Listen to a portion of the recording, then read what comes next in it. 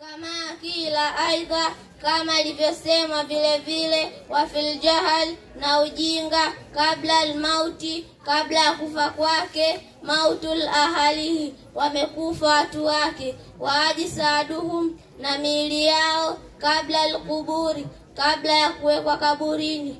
Kuburu ni kaburi.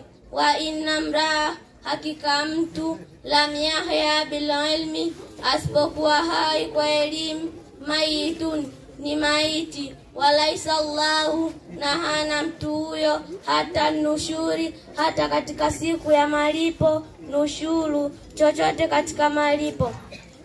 Fafil ilmi, na katika elimu, hayatul abad, ni uzima wa milele. Wafil jahal, na katika ujinga, mautul abad, ni mauti ya milele.